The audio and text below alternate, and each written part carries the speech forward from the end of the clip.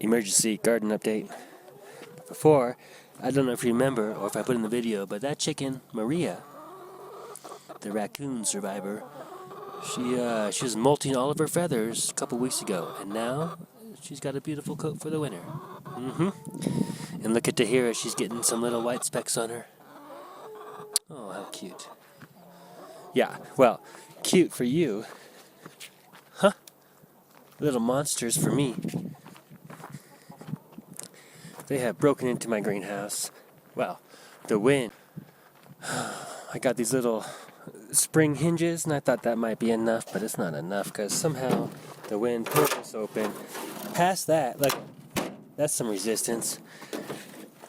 And the dang chickens got in here and they destroyed my winter crop for the second time. Huh? See that? Yeah, that's right. All my lettuce starts, my second round of peas are gone. The first ones were like this big. Second ones were that big. Of course, they left the garlic, they left the savory, left the oregano, but the little lettuce, the cilantro, here's one little baby cilantro or spinach. Oh, yeah. Absolutely killing me.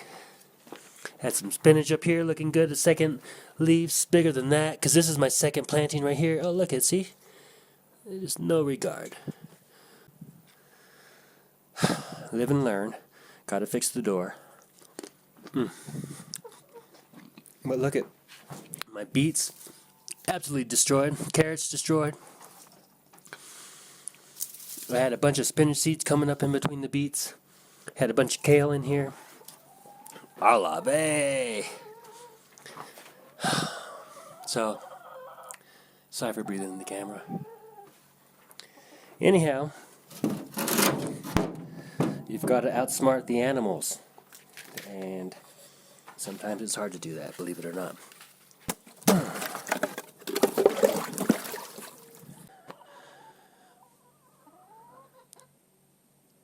Life is good on the ranch.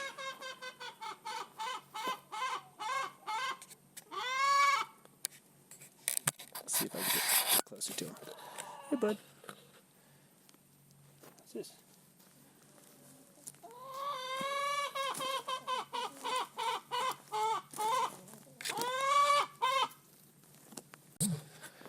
Alright, garden update. Veggie Man here. It is, what is it, December 8th? Still no snow. Dying around here. Compost pile's doing good. I threw a yard of soil in there, and any kind of debris I get for some of the chicken coop ground I put in here. I bring in rocks from when I'm doing mining, and all the tailings I throw in here. So the soil, I find like a lot of compost you buy at stores don't have enough sand or mineral content in there, and I'm in really highly mineralized ground a lot. This is stuff I bring home anyways, and I view it as a long-term nutrient releaser, whereas the compost is basically, you got to rejuvenate it every year. If you're making soil and you're in a permanent spot, think about long-term. How can you make the soil the best for the longest period? So you just have to add on the top, just like nature. I've kept the chickens out successfully now. Oregano's still alive. Parsley's coming back. You can see all the lettuce. Now again, I didn't plant any of this lettuce. The seeds are everywhere. So they'll come up at their own time. Here's some of that tatsoi. These are garlic. I forget what that's called. Kale's here. These bigger ones have died, but the new ones have come back in. These guys should come back in flower, which will be nice. The fennel's still here, although, look at that baby fennel. How cute. Oh. Now I got this. People are going, the clover and whatnot. Alfalfa. Well, this stuff feeds the soil. The roots go down deep, and that's why it's so nutritious for animals and whatnot. I can trim this and give this to the chickens anytime, but also I can transplant this outside. I'm trying to get this stuff growing wild, just for a natural chicken feed. See the carrots still kicking? Oh, look at. Oh, wow, that's surprising. Oh, look, peas. Cool. These guys are for the Christmas treats. For the birds, they're full of seeds. And look at this guy, never flowered, he's just hanging. So not bad for midwinter. The light's going to change here, on the 25th. The light changes, springtime happens, more light happens. I think it turns into the, the bluish. We're in ultraviolet light right now. And then we're going to blue, green, orange. And then come the solstice, will start turning into the oranges and yellows and whatnot. All in a circle. And look at chives. So I know, in general, you don't plant in the fall or anything. And this is kind of why, because they never get mature. But look at this lettuce. Will be just fine. You can eat this before it starts to flower, which all these things are going to flower early, most likely. I'll keep you up to date, but that's my prediction. So these are going to be the first round of flowers for the springtime critters and the bees and things, and then the new round will come in that I can eat. But we'll see. In the springtime, things grow a lot faster and a lot better, but if you're starving, heck, might as well, and there's no better way to learn other than trying and experimenting. Oh, and one more thing. These tomatoes were bomb. I forget what they're called, but I just left them on there, and these are going to be my seeds. I don't feel like I need to do anything else besides let the plant do its natural job. And I think that's the best stock there is for seeds. Oh, and I got a celery here. We'll see what happens there. Okie dokie. Check out this next garden. This, you can see, I attached to the outside of my house. Finally got the siding on the inside, and I put in the window. And this stuff has been planted slightly longer than the stuff in the greenhouse. I'll show you that. Look at Cracker. She's still kicking.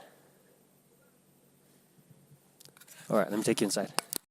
Alright, this is it from the inside. Put in this kick-ass window. And, one finger open anyways. Got this on the outside. This is a little sunroom. I love this because it could be storming outside and I can still have fresh air coming in, which is bomb, because all my other windows are angled upwards. And what else? Oh, this also heats up. It's like a passive sunroom here, so it's great. But look, I got some little apricot saplings. Hopefully they'll take. Spinach is kicking it. Oak leaf lettuce looks like. That's a tatsoi. This is arugula. Looks like he's trying to flower. Little baby beets. Radishes. That's sorrel.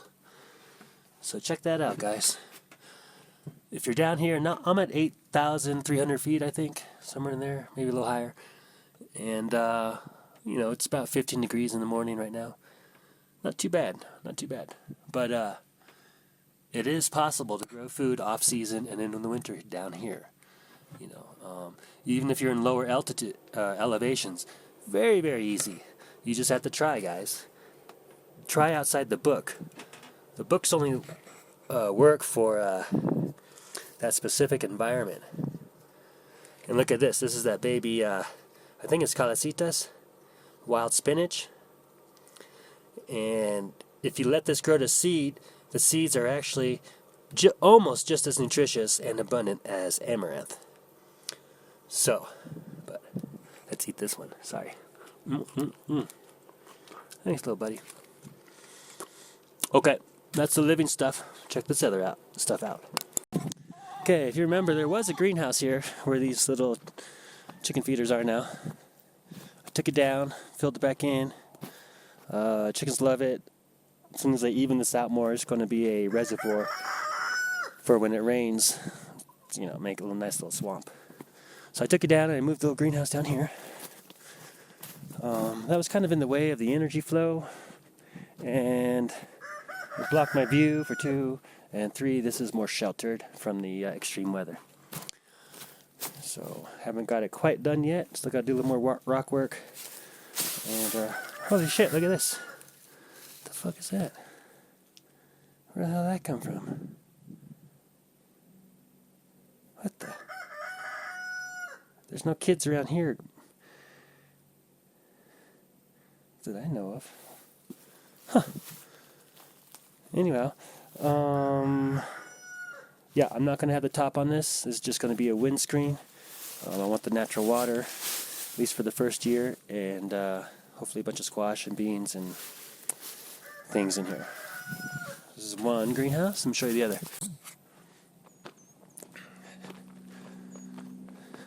Oh, look at that.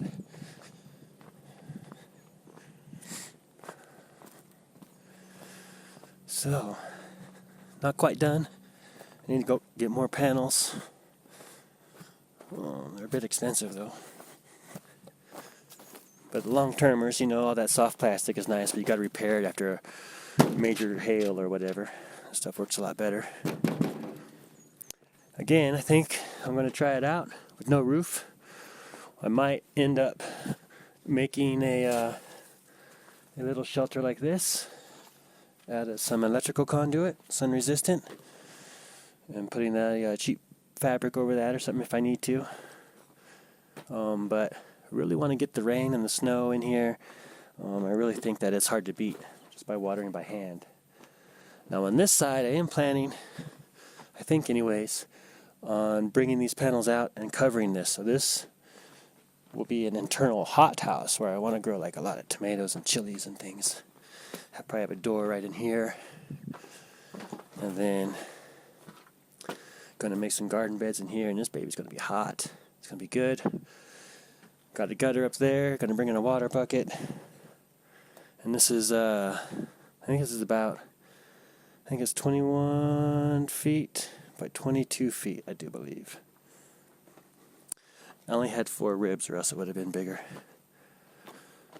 So, anyways, that's what I've been doing. Someone was raking up leaves, and I stopped and said, "Hey man, you want me to get rid of those for you?" He's like, "Yeah." So I took him, high five, bam.